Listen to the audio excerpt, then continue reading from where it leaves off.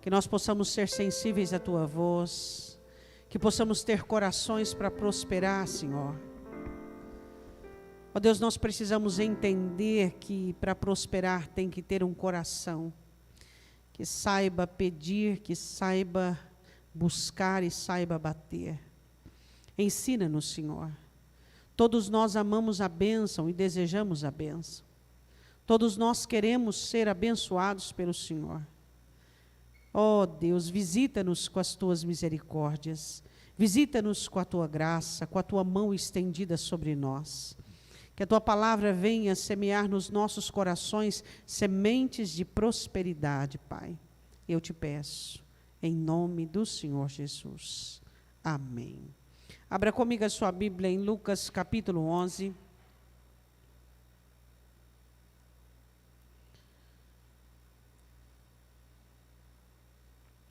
Os discípulos pedem a Jesus Cristo: Senhor, ensina-nos a orar. João Batista ensinou os seus discípulos a orar.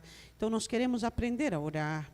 E Jesus, então, ensina a oração, que você conhece como a oração do Pai Nosso, porque é assim que o Senhor Jesus começa.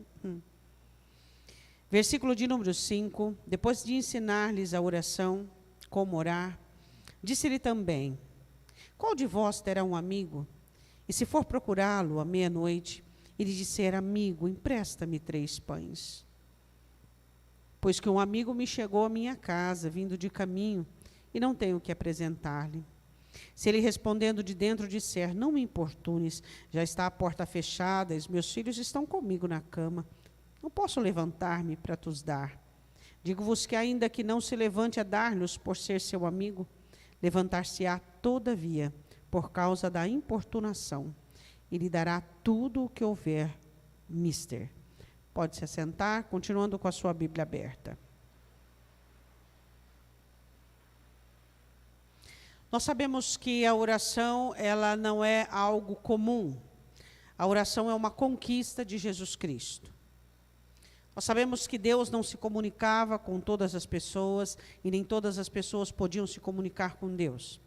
Mas sabemos que quando Jesus Cristo morreu, e o véu se rasgou, então nós tivemos então o acesso a Deus por meio do sangue.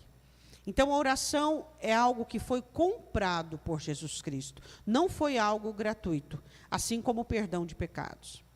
Então o Senhor Jesus, tentando ensinar aos seus discípulos a valorização da oração, e ele coloca então uma pequena história, uma parábola. Ele diz assim: vamos colocar... Aqui nesse texto existem várias situações. Existe o constrangimento, existe a necessidade e existe a vergonha. Então vamos colocar assim, Jesus disse, que existiam 2 amigos. E um amigo é pego de surpresa por um viajante que chega à noite de surpresa. Os judeus não viajavam à noite. Os judeus viajavam durante o dia. Era muito comum os assaltantes na época. Jesus até coloca parábolas sobre assaltantes. E então, chegando um amigo durante a noite, numa situação inesperada. Então, eu quero falar sobre situações inesperadas. O amigo chega numa hora inapropriada. As dificuldades mandam um telegrama para você avisando quando elas vão chegar. As dores, os problemas, os dias maus, eles mandam de anteaviso 3 dias, 3 semanas ou 1 mês antes, dizendo: ó, eu vou chegar com aflição, com dores, com perdas, com sofrimento. Você recebe esses avisos? Não. Então, a primeira situação que o Senhor Jesus quer nos ensinar sobre a oração é que nós temos que estar, depois nós vamos analisar isso, de uma comunhão tão estreitada, de uma comunhão tão limpa com Deus, que quando o dia mau chegar, nós temos acesso ao Senhor, nós temos intimidade para falar com o Pai. O apóstolo Paulo, falando sobre o dia mau, ele diz que o dia mau chega para mim, e chega para você, e chega para todos nós, e ele chega de repente. Não é todos os dias, mas é de repente. E quando o dia mau chega, você precisa estar com uma vida de oração para que esteja aberto o seu caminho. A segunda situação que o Senhor Jesus coloca é que aqui é uma situação de amigo com amigo. O que chega numa hora inoportuna era um amigo, e aquele que vai pedir também era um amigo. O que Jesus está dizendo? Que nós, não são poucas as vezes, que nós intermediamos situações na oração. Muitas vezes na oração, nós abençoamos pessoas, o próprio profeta Isaías diz sobre isso, Oséias escreve sobre isso, nós intermediamos pessoas, nós intercedemos por pessoas que não têm condições naquele momento de ir direto falar com Deus. São inúmeras as vezes que a sua oração preserva alguém, protege alguém, livra alguém. Jesus está dizendo, você será um intermediário entre amigos e amigo. Quantas vezes a sua oração serve para a proteção de alguém, para livramento de alguém, onde essa pessoa ela não tem essa intimidade com Deus, essa acessibilidade com o Senhor? Quantas vezes você fica sabendo de alguma coisa, de alguém que está passando por uma situação ruim, e aquilo bate no seu coração com um consternecimento, o seu coração fica consternecido, quebrantado, e você não vê a hora de chegar diante de Deus, e ali você coloca os seus joelhos no chão, e você clama por aquele casamento, e você clama por aquelas vidas, e você intercede como fiador diante daquela situação. Jesus estava explicando em uma parábola vários mistérios da oração. Então o Senhor Jesus disse que este amigo já estava deitado, era a hora dele estar deitado com os seus filhos recolhidos em casa. E ele diz assim, eu não posso acordar agora, meus filhos já estão comigo na cama, esta é uma hora inapropriada. E Jesus termina a parábola dizendo assim, se ele não abrir a porta por amizade e consideração, ele abrirá pela importunação. Terceira situação deste texto que Jesus explica, que quando nós pedimos algo para Deus, não temos vergonha, não temos, vamos dizer assim, pudor, no sentido de eu me humilhar, eu passar horas de joelho, eu jejuar, eu chorar, eu clamar, eu me humilhar diante do Senhor. Quando nós precisamos de algo de Deus, nós não oramos, nós nos lançamos na oração. Jesus explica de uma forma muito clara que quando você precisa de algo de Deus, você não pode ficar com dedos, você tem que sair do seu patamar, você tem que sair do seu posicionamento e clamar diante do Senhor. Não que as nossas orações, elas vão mobilizar Deus ao nosso favor, contra o planejamento de Deus, não que as nossas orações vão manipular o Senhor, mas nós vamos colocar diante da terra e diante do céu aquilo que nós precisamos. Nós precisamos entender que se orarmos com mais intensidade, se orarmos com mais perseverança, as coisas seriam mais fáceis. Se orássemos antes de tomar uma atitude, se orássemos antes de fazer alguma coisa, tudo seria mais fácil. Eu quero que você continue lendo o texto comigo. Jesus assim diz, no versículo de número 9, eu vos digo, pedi e dar-se-vos-á, buscai e achareis, batei e abrir-se-vos-á. Porque qualquer que pede, recebe, quem busca, acha, e é quem bate, abrir-se-lhe-á. Quero que você vá comigo em 2 Reis, capítulo 4. O Senhor Jesus fala sobre 3 ações da oração: pedir, buscar e bater. Este homem pediu, buscou e bateu a porta. Essas são as 3 ações da oração que nós encontramos na viúva do profeta que clama a Eliseu. Deixa eu perguntar uma coisa para você. Enquanto a sua situação não estiver em uma altura que faça você ter petição, busca e a ação de bater, você ainda não está pronto para buscar. Você precisa entender a urgência e a necessidade das suas coisas. O que é pedir? Pedir é você transformar a sua necessidade em palavras humilhantes, em palavras de humildade. Qual foi a última vez que você abriu seus lábios diante de Deus para pedir, com humildade e com humilhação. Pastora, mas eu peço. Que jeito que você pede? Senhor, eu não aguento mais, se o Senhor não fizer alguma coisa, eu não sei o que vai acontecer. Você acha que realmente isso é uma petição? O que é uma petição? É uma ação onde a humildade é presente e a necessidade é apresentada. Quando você ora a Deus e você pede principalmente para que Deus faça de você um instrumento onde as coisas irão mudar, onde as situações encontrarão um caminho e uma solução. A petição não são reclamações, não são murmurações, não são questionamentos que saem muitas vezes de nós, para que nós peçamos ao Senhor alguma coisa, para que haja um pedido em nós e de nós para Deus. Nós precisamos entender que nós temos que revestir de humildade, precisamos nos tornar humildes. E o que acontece com a situação ruim ao seu redor? As situações ruins, elas têm uma prática de ensoberbecer o cristão. O cristão começa a dizer, porque eu não aguento isso, porque eu não suporto isso, porque eu não tenho que aguentar isso, porque eu não tenho que viver assim. Então você vai se enchendo de soberba e de arrogância. E quando você vai pedir a Deus, você não tem o gatilho principal, que é a humildade. Quem de nós somos humildes para pedir? Qual foi a última vez que você pediu alguma coisa para alguém? Ah, pastor, eu comunico para Deus o que eu preciso. Qual foi a última vez que você chegou diante de Deus dizendo, Senhor, eu preciso disto, por isso e por isso. Eu preciso que o Senhor me cure, eu preciso que o Senhor me ajude, eu preciso de uma solução, eu preciso de uma mudança. E ali você quebrantou seu coração, e ali você se humilhou diante de Deus, e clamou aos céus, e pediu ao Senhor com o seu coração aberto, com o seu coração humilde. Pastora, mas e quando Deus diz não? Quando Deus diz não, você ouve o não de Deus e não se insurge contra o Senhor.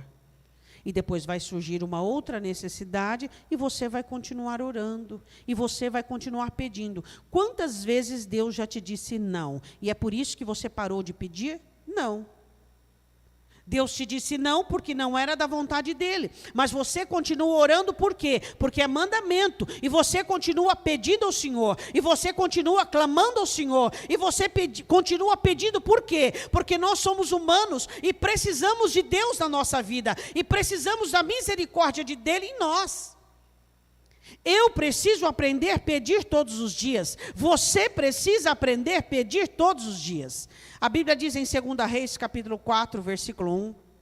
E uma mulher das mulheres dos filhos dos profetas clamou a Eliseu, dizendo, meu marido, teu servo morreu, e tu sabes que o teu servo temia o Senhor. E veio o credor para levar os meus 2 filhos para serem servos. Quando você pede algo para Deus, é quando você sabe que não pode contar com ninguém. Você já viu um crente pedir algo para Deus, sabendo que ele pode buscar em outro lugar? Eu não. Existem crentes que eliminam todas as portas, todas as chances, todas as oportunidades e depois, por último, Deus. Mas o crente que é inteligente, ele sabe que ele não tem nada e ele não tem ninguém. E ninguém pode ajudá-lo, senão Deus. Ela vai aonde? Ela vai até Deus, buscar saída e solução. Ela não tinha ninguém para ajudá-la. Nós precisamos aprender a contar com Deus e trazer Deus para dentro da nossa realidade. Nós precisamos aprender a confiar ao Senhor as nossas situações e não permitir que elas sejam transformadas em um problema. Você sabe o que é um problema? Um problema é uma situação onde Deus não esteve, não está. Isso é um problema. Um problema é uma circunstância onde o ser humano pensou, sentiu, decidiu e agiu. Isso é um problema. Jesus não disse, no mundo tereis problemas. Jesus disse, no mundo tereis aflições. Quando é que temos problemas? Quando é que temos incógnitas? Quando é que temos questões? Quando nós embaraçamos as situações por meio do nosso achismo, por meio do nosso comportamento. Então nós criamos problemas. É aí que nós criamos problemas. Por que existe problema? Porque existe ser humano. Seres humanos que acham, que falam. Existem muitas pessoas que, se fossem mudas, não cairiam em problemas. Existem muitas pessoas que, se elas fossem surdas, elas não criariam problemas. Mas porque nós temos habilidades que Deus nos deu, para que fosse para o nosso progresso, para que fosse para a nossa instrução, nós entramos em embaraço com as próprias habilidades que temos. Ela usou a fala dela para expressar uma petição com clamor diante do profeta, que era o representante do Senhor. Ela coloca o problema: meu marido morreu, e meu marido servia ao Senhor, e meu marido deixou dívidas. O homem era um mau administrador? Não, a terra estava com fome, era dívida de papá, de comer. Não era dívida de situações absurdas. A Bíblia diz que ela transforma a petição dela em 3 situações. Meu marido servia ao Senhor, eu tenho algo para rebuscar da comunhão dele com Deus. Meu marido morreu, eu estou sozinha e necessitada, e meus filhos estão para ser levados para o cativeiro. Essa era a situação dela. Ela pediu. Antes de você chorar, resmungar, proclamar seus problemas, você tem pedido a Deus: Senhor, me ajude. Senhor, me dê uma direção. Senhor, traz uma solução para a minha vida. Senhor, eu preciso de luz. A minha vida está embaraçada, a minha mente está confusa. Derrama luz sobre as minhas trevas. Era a oração que o salmista Davi fazia. Essa mulher, ela tem a segunda ação. Jesus disse pedir, depois ele diz buscar. Como é que você busca a sua oração? A resposta da sua oração. Como é que você busca o seu milagre? Essa é uma parte que os crentes, eles não entendem e não querem entender. Em Mateus capítulo 7, o discípulo coloca a mesma questão do Senhor Jesus, a mesma parábola, a mesma ordenança: pedir, buscar e bater. Só que Mateus coloca assim, que Jesus disse: tudo o que vocês quiserem que os homens vos façam, façais vós também. O que é buscar o seu milagre? Pedir, você já entendeu, que é transformar todo o seu sentimento, toda a sua dor, toda a sua aflição em palavras, em clamor, em choro, em humilhação. E o que é buscar? Quando é que você busca o seu milagre? Quando é que você busca aquilo que Deus tem para você? Você busca com o seu coração. E você busca com um coração limpo. Os maiores impedimentos de oração é o coração. Por quê? Porque um coração impuro, Deus não ouve. Um coração invejoso, Deus não ouve. Um coração que dele sai maledicência, Deus não ouve. Um coração amargurado, Deus não ouve.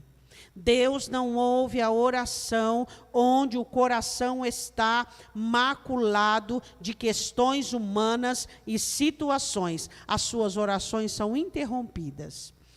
O Senhor, explicando, diz: antes que você venha ao altar entregar a sua oferta, você acerte com o seu irmão. Por quê? O Senhor diz: porque eu não recebo oferta de corações contaminados. Então, a grande questão que nós precisamos entender, que quando buscamos, pedimos, transformando a nossa necessidade em clamor, em lágrimas, em humildade, em palavras, e quando buscamos, é quando entendemos o que o milagre exige, o compromisso, a santidade, a limpeza do nosso coração. Vasilhas vazias. Fique aberto aí em 2 Reis, vá comigo em 2 Coríntios, capítulo 6. Olha o que o apóstolo Paulo diz aos Coríntios. 2 Coríntios, capítulo 6. Ele diz uma coisa muito interessante sobre as questões dos coríntios. 2 Coríntios 6:11. Ó Coríntios, a nossa boca está aberta para vós. O nosso coração está dilatado. O que é um coração dilatado? É um coração que não tem rusga, não tem rancor, não tem questão. Todas as vezes que você permite o seu coração maculado, é um passo atrás que você dá na sua bênção. Isso já foi lido, isso já foi dito, isso já foi falado, e os crentes continuam praticando. Todos os dias eles amontoam dentro de si sentimentos indevidos. Todos os dias. Pastora, mas foi ela, mas foi ele, mas foi ela, mas foi ele. Você já viu dois bicudos? Você já viu dois bicudos? Dois bicudos não se bica.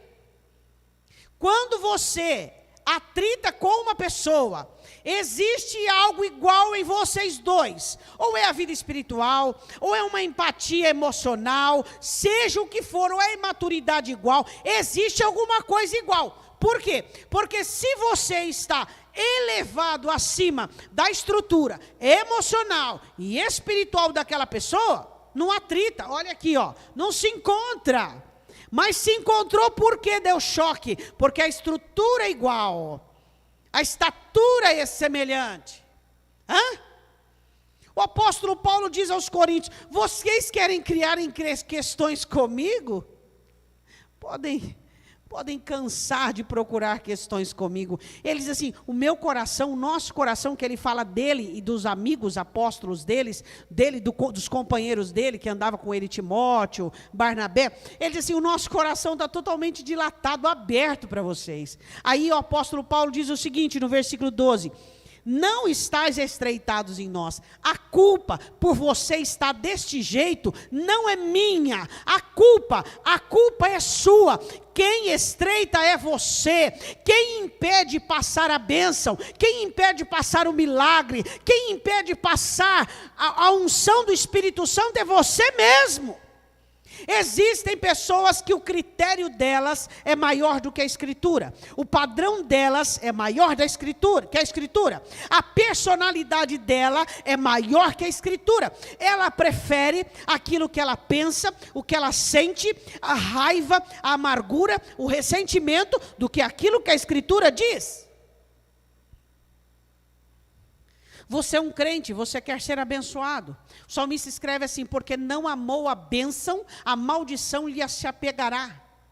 Você ama a bênção, você diz: pastor, eu amo a bênção, eu quero ser muito abençoado. Mas como você quer ser abençoado, tendo o seu coração como uma esponja seca, sedenta, que absorve todas as circunstâncias nocivas e prejudiciais para a sua alma? Como você quer e ama a bênção, se você caminha para trás e não para frente? Eu fiquei chateado, você diz. É normal, um dia. No outro dia você pede perdão para Deus: me perdoa, Senhor, não tenho maturidade suficiente. Pede perdão para o senhor, mas não, pastora, foi ele que me ofendeu. Então a Bíblia diz assim: se o teu irmão te ofender, você tem que pedir perdão para ele. Você tem certeza que você quer ser crente? Pode ser que você esteja na religião errada. Porque o teu Jesus disse que se eu te ofender, você tem que vir pedir perdão para mim. Esse é o mandamento. Esse é o sinônimo de ser abençoado. A grande questão é: vocês estão estreitados nos vossos próprios afetos, não conseguem amar, não conseguem espaço. O que é você buscar?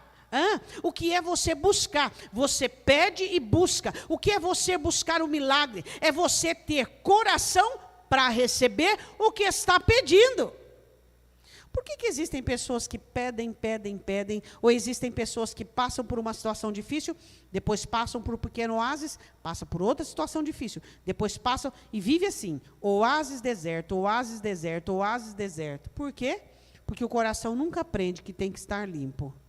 O seu coração, ele é o sinal de ser abençoado ou não. Entende? Lembra de José? Você consegue se esquecer de José? Aquele coração aberto, aquele coração que chorava, sim, a sua solidão e a sua tristeza, mas é aquele coração que era limpo. aquele coração que não tinha preconceito, aquele coração que não fazia acepção. Deus não quer que você impeça as bênçãos dele na sua vida. Você poderia ser muito mais abençoado do que é, mas prefere seus sentimentos, mas prefere contenda, mas prefere o mau humor, mas prefere, aí todo mundo fica debaixo do seu pé. Esse faz a comida que você gosta, esse ajeita as coisas. Quando você encontra alguém que não se submete aos seus padrões, você estrela. Não estáis estreitados em nós, mas estáis estreitados nos vossos próprios afetos. Diga para o seu irmão, a grande questão são seus sentimentos. São seus sentimentos que estreitam você e impede você de ter um coração com vasilhas vazias para o Senhor preencher. Ora, em recompensa disto, falo como a filhos, dilatai-vos vós também. Volte comigo em 2 Reis, capítulo 4. Versículo de número 2. Eliseu olha para ela e diz assim: o que é que eu hei de te fazer? Dize-me, o que é que tens em casa? Pergunta para o seu irmão, o que é que você tem aí na sua casa espiritual? Deus pode prosperar o que você tem dentro de você? Não, pastora, pelo amor de Deus, se ele prosperar, eu estou no corgo. Deus pode prosperar o que tem dentro de você? Será que o Senhor pode prosperar o que tem dentro do seu coração? Se ele encontrar inveja, vai prosperar a inveja e aumentar a inveja. Se ele encontrar timidez, se ele encontrar ansiedade, se ele encontrar medo, se ele encontrar cobiça, ele pode aumentar o que existe dentro de você. Será que, sim, podemos ter poucas coisas dentro de nós, desde que sejam salutares para a nossa alma, desde que sejam boas para nós. Você quer ter uma vida boa, mas seu coração é ruim. De que maneira? De que maneira? Buscar a Deus e os seus milagres é você ter um coração com coisas boas, para que Deus multiplique, para que você tenha um coração que ame, tenha um coração que ajude, tenha um coração benevolente, tenha um coração misericordioso, tenha um coração compassivo. Você precisa entender que as bênçãos de Deus virão sobre corações limpos e com lugar para ser abençoado. Sabe o que significa você promover lugar para que Deus derrame a bênção? Deixe só o que serve, deixa só o que é bom. O que é bom dentro de você? Um pouquinho de alegria, um pouquinho de fé, um pouquinho de amor, um pouquinho de angústia. Não, é bom, lança fora. Deixa para lá, porque vai desocupar lugar para Deus colocar coisas, vasilhas vazias. O que está dentro do teu coração que tem que ser despejado?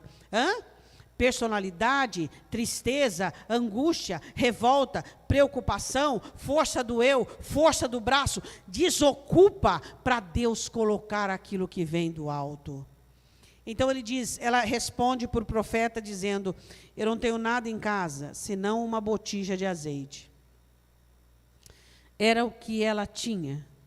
E foi mediante o que ela tinha que aconteceu o milagre. O que é que você tem? Mediante o que você tem é que virá o seu milagre. Ela tinha pouco, mas era uma coisa boa e valiosa. Não importa se for pouco, desde que seja bom e precioso. Aquele que leva a preciosa semente. Deus está de olho em seu coração. Deus está de olho em sua alma. Você tem inúmeros motivos para ser triste, amargurado, ressentido, irritado, ansioso, nervoso, chateado. Quem aqui não tem inúmeros motivos para ter essas considerações na alma? Só que nós preferimos o quê? As boas coisas da parte de Deus. Lutamos contra nós mesmos para mantermos um coração limpo para a ação do Espírito Santo, para a obra da palavra de Deus. Não preferimos nós mesmos, não preferimos o nosso jeito. Se você está magoado com alguém, conserte ainda hoje, porque a sua comunhão com Deus está interrompida. Isso é bíblico. Vou esperar a ceia, pastora. Então você é um fariseu. A Bíblia diz, examinai-vos em todo o tempo. Você precisa entender que o seu coração não foi feito, e nem dado, e nem recuperado, e nem restaurado, para você contemplar nele ressentimentos, amargura, questões. Pare de ficar com tanta frescura, com tanto estreitamento, com tanta chatice. Seja livre. Você já observou as pessoas que prosperam? Existem pessoas muito cheias de detalhes. Por causa disso, eu não gosto disso, não gostei daquilo. Você precisa entender que a principal característica de quem prospera é os olhos fitos no alvo. Olha isso aqui, não tenho tempo para ficar com questões e nem com detalhes. Olha o que disseram, não tenho tempo para olhar para isso. Eu tenho um propósito, eu tenho um alvo, eu tenho um objetivo na minha vida. Essa mulher tinha um objetivo. O objetivo dela era salvar seus filhos. Quando ela foi pedir vasilhas vazias, claro que algumas vizinhas disseram assim, ora, mas para que você quer? Olha, mas por que você quer? E por que muitas pessoas emprestaram vasilhas vazias?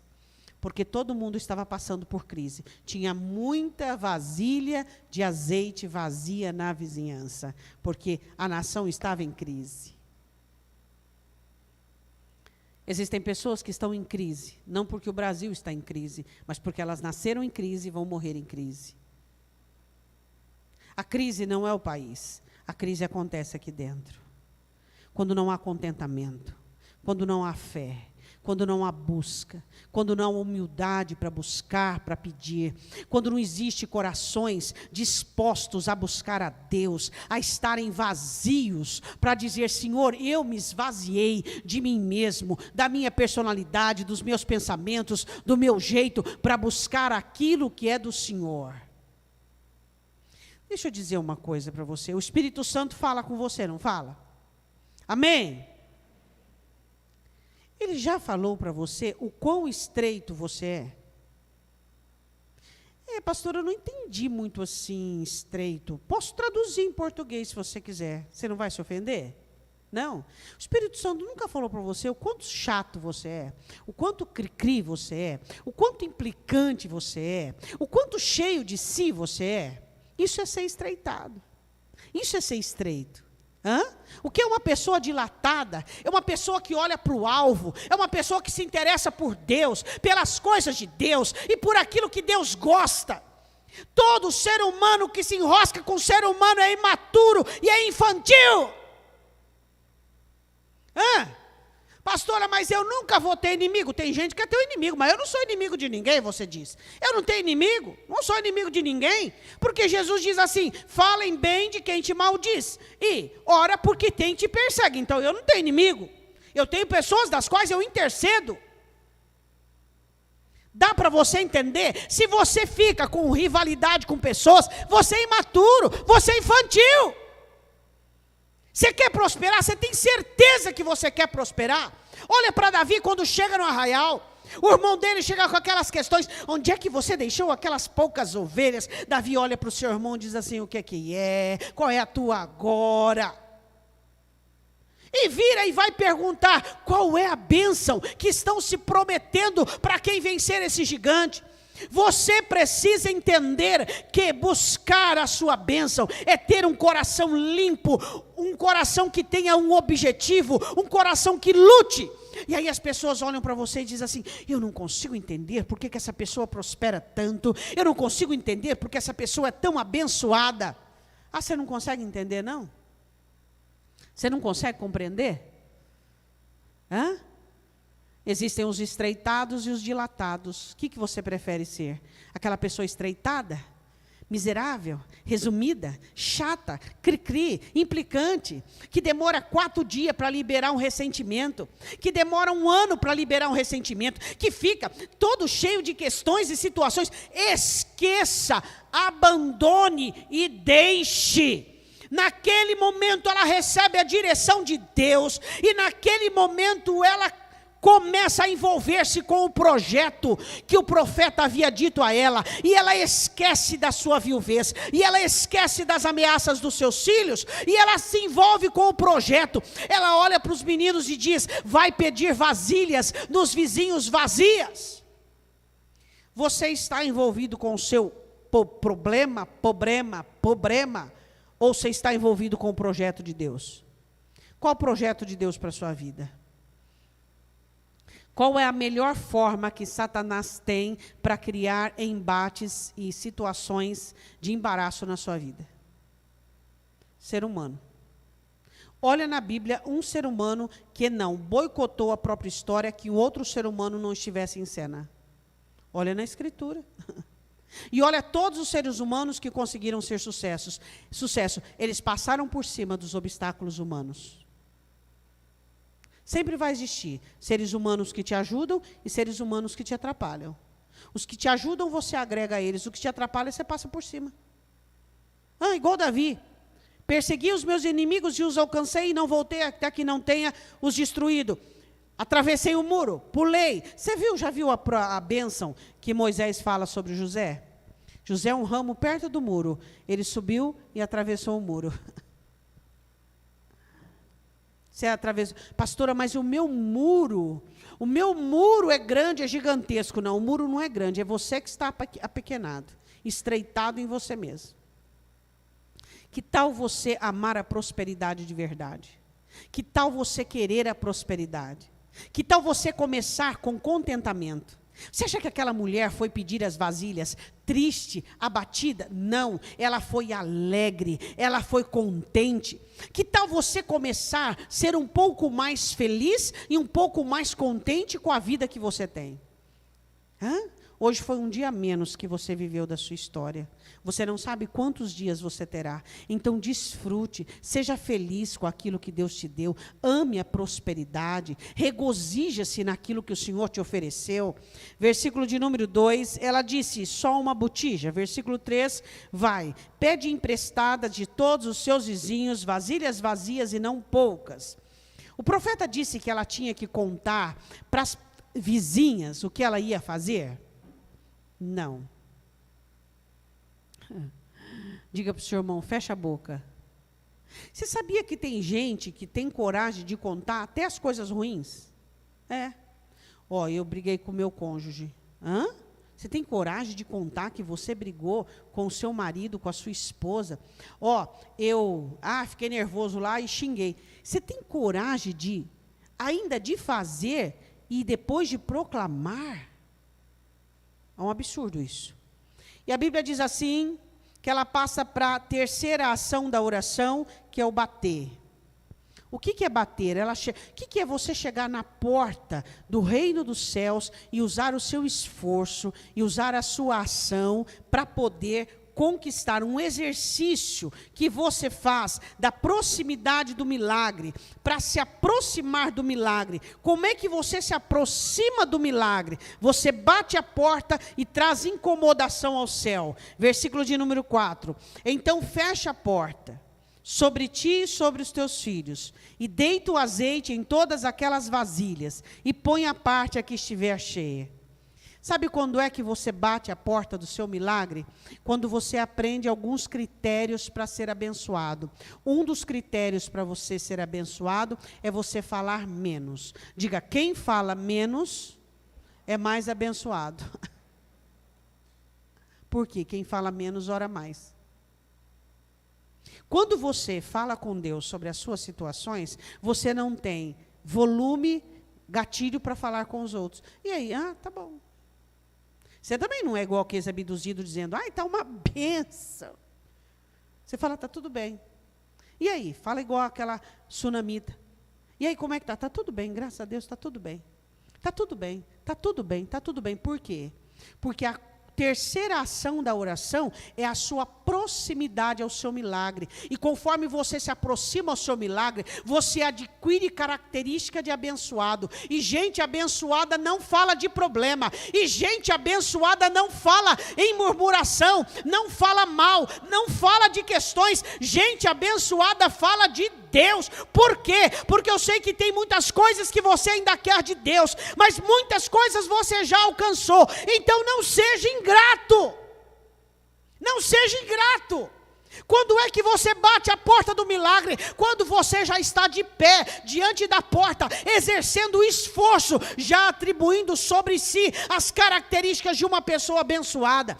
Então ela começa o exercício, ela começa a deitar aquele óleo sobre aquelas vasilhas, e ela começa, e os filhos vão trazendo, e os filhos vão trazendo, e ela vai colocando, e ela vai, e o azeite não vai acabando, e não vai acabando. De repente, ela diz para um filho, traz mais vasilhas. Aí o filho diz, acabou, mãe. Então o azeite acaba. A bênção só acaba quando acaba o espaço. Se você quer ser uma pessoa abençoada por Deus, você tem que dar espaço. Tira do seu coração tantas complicações, tantos mimimis, Tem gente que ele consegue ser tão chato por dentro, tão crítico. Olha para o seu coração, tem um pouquinho de dó da sua alma, tem um pouquinho de piedade da sua alma. Às vezes você quer que as pessoas tenham compaixão de você, tem um pouquinho de compaixão. Fala, Deus, espera aí, eu não posso mais ser assim, eu não posso mais nutrir e alimentar situações dentro da minha alma dessa maneira. Eu quero que você volte comigo em Lucas capítulo 11, para nós encerrarmos. Versículo de número 11. Qual o pai que dentre vós, que se o filho lhe pedir pão, lhe dará uma pedra? Ou também se lhe pedir peixe, lhe dará por peixe uma serpente? Trocar coisas boas por ruins? Ou também se lhe pedir um ovo, lhe dará um escorpião?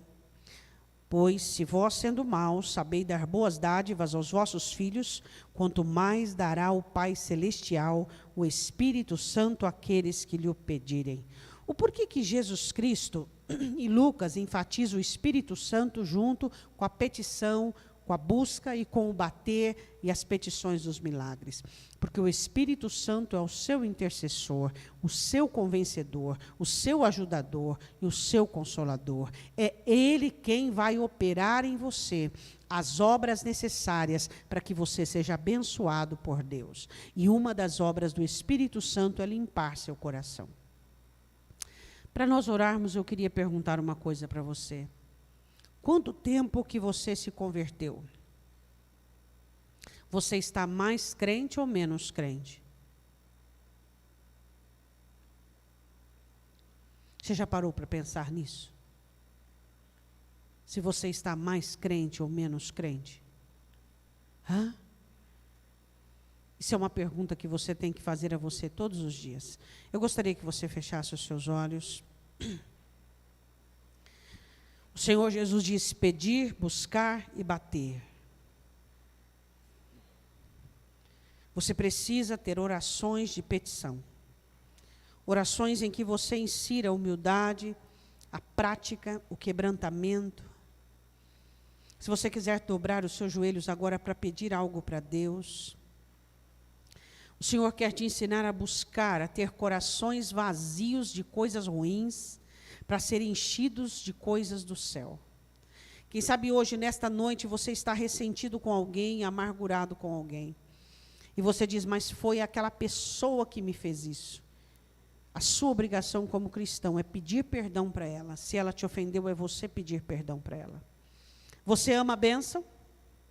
Você tem certeza que você ama a bênção?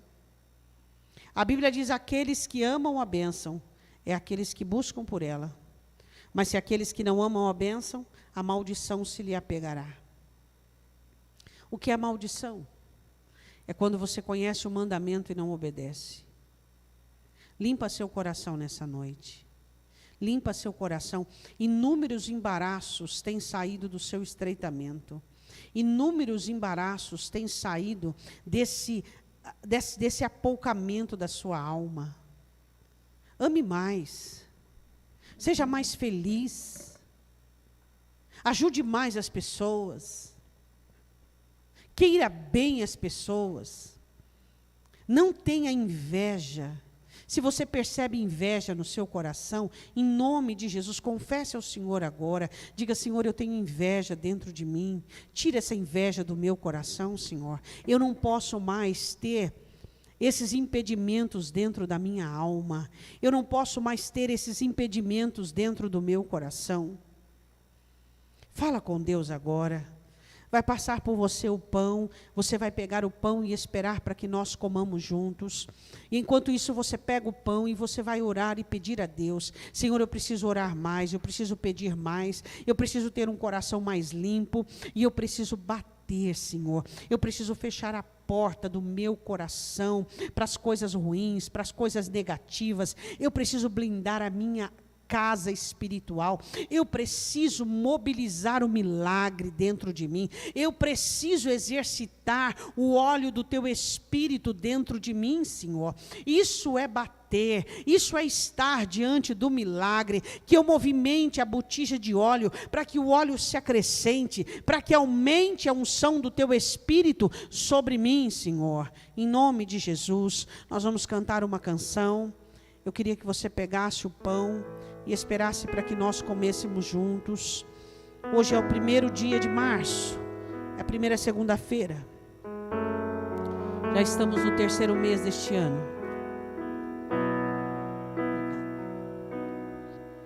Fale com o Senhor. Fale com o Senhor. Senhor, limpa meu coração, limpa meu coração, limpa meu coração.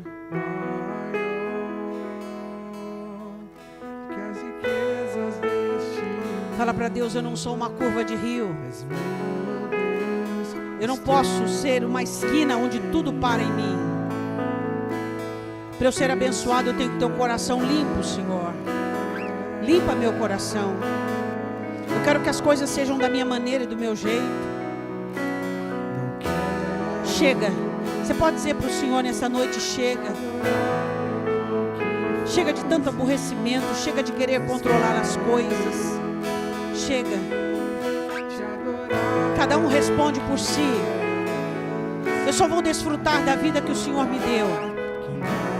Eu só vou viver bem da maneira que o Senhor me deu a vida. Ó Senhor, me ensine a pedir. Me ensine a humilhar, Senhor, a minha alma diante do Senhor. Ó Espírito Santo de Deus, em nome de Jesus. Fala para o Senhor. Fala: Senhor, limpa meu coração nessa noite. Limpa meu coração. Limpa meu coração. Eu quero ser uma pessoa próspera. Eu quero ser uma pessoa abençoada, Senhor. Oh Deus, o Senhor não me ensinou a ser um caçador de bênçãos. O Senhor me ensinou a ser abençoado. Diga para o Senhor. Diga para o Senhor: Senhor, o Senhor não me ensinou a ser um caçador de bênçãos. O Senhor me ensinou a ser uma pessoa abençoada. E eu declaro diante do Senhor agora que eu amo a bênção. E eu não quero que a maldição se apegue em mim. Por isso eu quero aprender a me humilhar diante de Ti. Eu quero aprender a transformar as minhas petições em orações, em clamores diante do Senhor. Eu quero aprender a chorar por aquilo que eu preciso. Eu quero aprender a jejuar por aquilo que eu preciso, Senhor. Ensina-me a buscar, ensina-me a ter um coração puro, um coração limpo para o Teu Espírito Santo, que eu seja selados, junto com os selados para prosperar, junto com os selados para ser abençoado. É impossível, ó Deus, é impossível olharmos para um crente genuíno, onde a bênção não estiver na vida dele, onde a bênção não estiver inserida na vida dele, Pai. Então eu te peço, Deus, em nome de Jesus Cristo, que o Senhor limpe os corações nessa noite, que o Senhor limpe os corações confessos e abertos ao Senhor, que o Senhor limpe as rusgas, as mágoas, os ressentimentos entre cônjuges, entre parentes, entre irmãos, entre amigos, que o Senhor possa tirar todo o estreitamento, Senhor. Ensina o teu povo a ser humilde. O Senhor nos ensina uma parábola em que o amigo que importuna não se importou com a vergonha, com o constrangimento.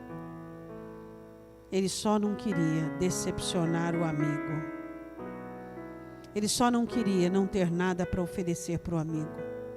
E nós, muitas vezes, decepcionamos o Senhor e não temos um coração limpo para te oferecer, porque preferimos os ressentimentos, as amarguras. Ó Deus, ensina para o teu povo, ensina para o teu povo, que o Senhor fará as coisas no tempo certo, e que o Senhor é dono de todas as coisas, e que o objetivo de Satanás é macular e estreitar o coração. Senhor, eu te peço, limpa o coração. A amargura traz embaraço para o trabalho. O ressentimento, a soberba, traz embaraço para a vida. Eclesiastes diz assim: quando o espírito do governador se levantar contra ti, abaixe a sua cabeça, porque a humildade é um remédio que aplaca grandes ofensas. Você tem certeza que você é humilde? Será que essas reclamações suas não são causas de soberba? Eu queria que você pensasse ainda sentado. Quais seriam as questões que embaraçariam a sua vida profissional, sua vida pessoal? Soberba, maledicência, falta de humildade, amargura, ressentimento, revolta. Não permita. Você já tem um inimigo que quer muito que você se dê mal, que quer muito que você mendigue e fique perturbado com a vida. Não seja inimigo da sua história. Não faça mal para você mesmo. Seja uma bênção para ti mesmo. Rasgue seu coração diante do Senhor agora. Eu gostaria que você se colocasse de pé.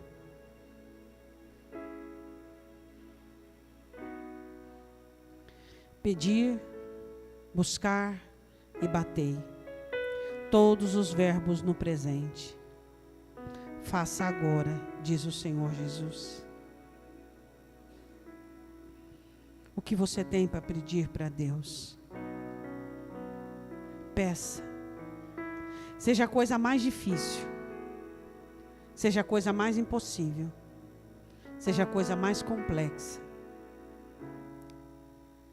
Diga para Ele: eis-me aqui, como instrumento para galgar os degraus para alcançar o milagre. Não importa o quanto você está longe do seu milagre, diga para o Senhor: eu estou aqui como instrumento.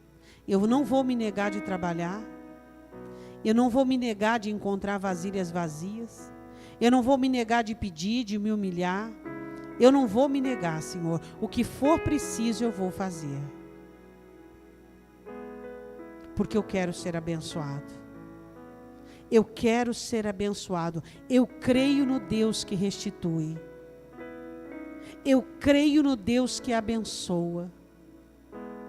Eu creio no Deus que transforma luto em festa, tristeza em folguedo. Você pode dizer: Senhor, eu creio. Quem sabe você sofreu porque o Senhor te disse um não. E você diz: Deus, eu ainda creio no Senhor, eu confio no Senhor, eis-me aqui para o Senhor reconstruir a minha vida. Você pode dizer isso para Deus? Eis-me aqui, Senhor, eis-me aqui, eu ainda creio em Ti. E eu vou continuar crendo todos os dias da minha vida. E eis o meu coração limpo para o Senhor operar. Se você tem maculado o seu coração com questões desta vida, peça ajuda ao Espírito Santo de Deus.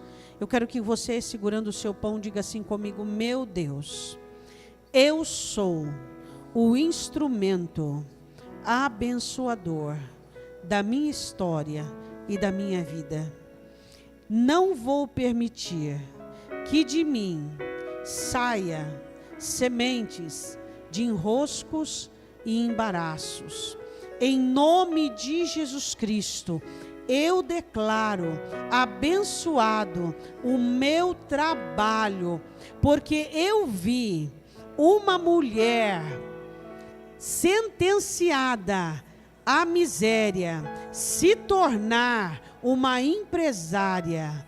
Eu creio no teu milagre, eu confio, por isso não vou me negar a pedir, a buscar e a bater. Senhor, em nome de Jesus, eu te peço, abençoe a minha vida, o mês de março, que o Senhor repreenda todos os embaraços, e quando a humilhação vier, que eu seja aprovado. Em nome de Jesus, eu amo a bênção e eu quero ser abençoado.